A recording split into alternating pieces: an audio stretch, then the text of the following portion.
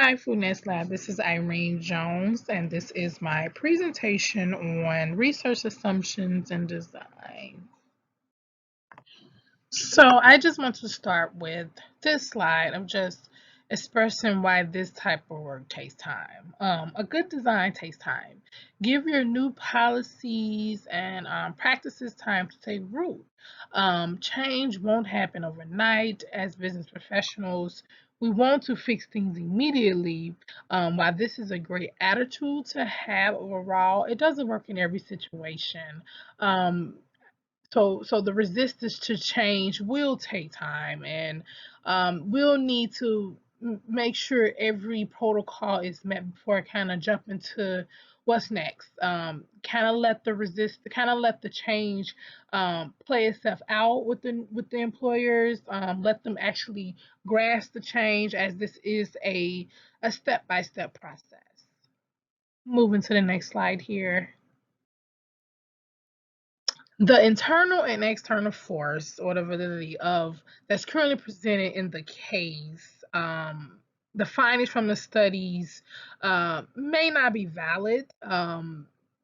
The conclusion from the study um, may not be valid if there are other reasons why employees perform better. The new design of the office did not cause an improvement in productivity or performance. Therefore, that the results can be generalized across the organization is kind of questionable, and that the internal effectiveness is challenged a little from the data that was ran.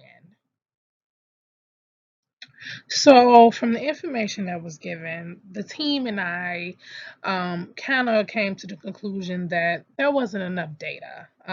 It would have been nice to have, as you see listed here on the screen, more variables to analyze to truly tackle down what's really going on. There weren't really many variables for us to kind of use to really run up against.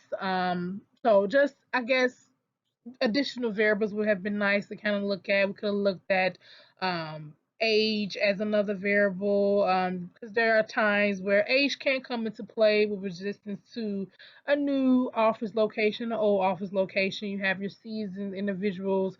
This is just hypothetical speaking here that would prefer their office more old office layout, and then you have the more millennials and the young ones that prefer the new, but of course, we only going off our assumptions there because we didn't have data, that type of data presented. But something like that of that nature would have been nice. Just it wasn't just enough. It was kind of premature to really truly tackle down what's really going on, really analyze.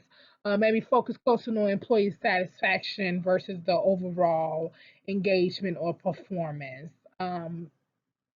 Moving to the next slide here.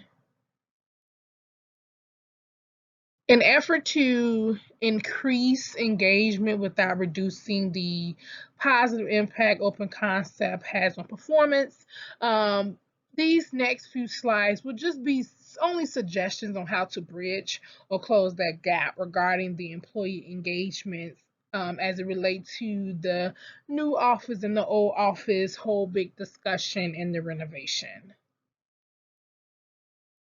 A mixed office concept.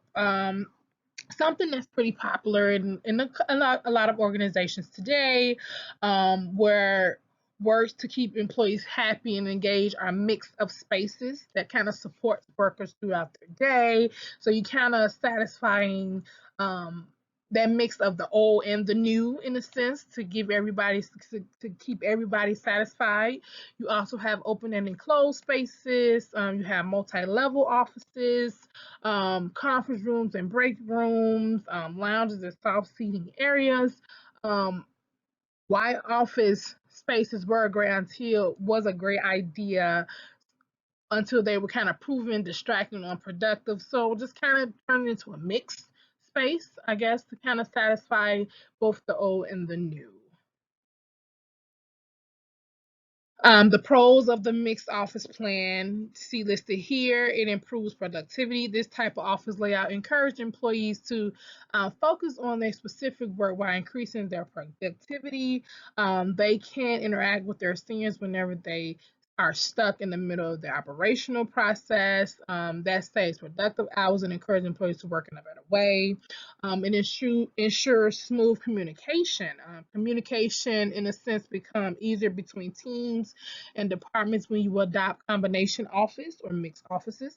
Employees can clear their doubts and discuss their upcoming project without any communication barriers. And then you have foster anonymous work. One of the best things, I guess, about a mixed office layout that it promotes a efficient working environment to a great extent. The chances of enhanced productivity become higher when an employee gets an at workspace where he or she can manage their own work without any hindrance. Kind of a benefit there. Effective office plans. An effective and comfortable office plan layout gives employee a place where they can complete their assigned tasks, meet their personal goals, simply enjoy coming to work, just the overall positive environment. Whether you choose to go with a study office, open office, so many designs you could choose from, or even the mixed office plan as I presented, just make sure you get kind of like the most of your potential team within the 8 to 9 productive hours. You want to keep it positive. We want them to enjoy coming to work. So kind of just do the playing field of whether what office you feel you have to kind of truly analyze what the organization need and what type of individuals that you have working there. You have to kind of sit back and take time to kind of learn your company and who is working for your company to know what is needed. So just want to end it with here, get employees involved. So my understanding, um, you, I guess from the results you have got the feedback from the employees, but my question to you was, um, did you give employees a truly a voice in the planning process? That kind of getting them involved, show that their opinions matter, that their suggestions matter, their input matter. They're not the expert in this, like a redesigning space, but just giving that feedback on that beforehand. I know that you get the feedback, after type. You get the reviews after, but kind of make try to take a step back and have them be in the beginning phase.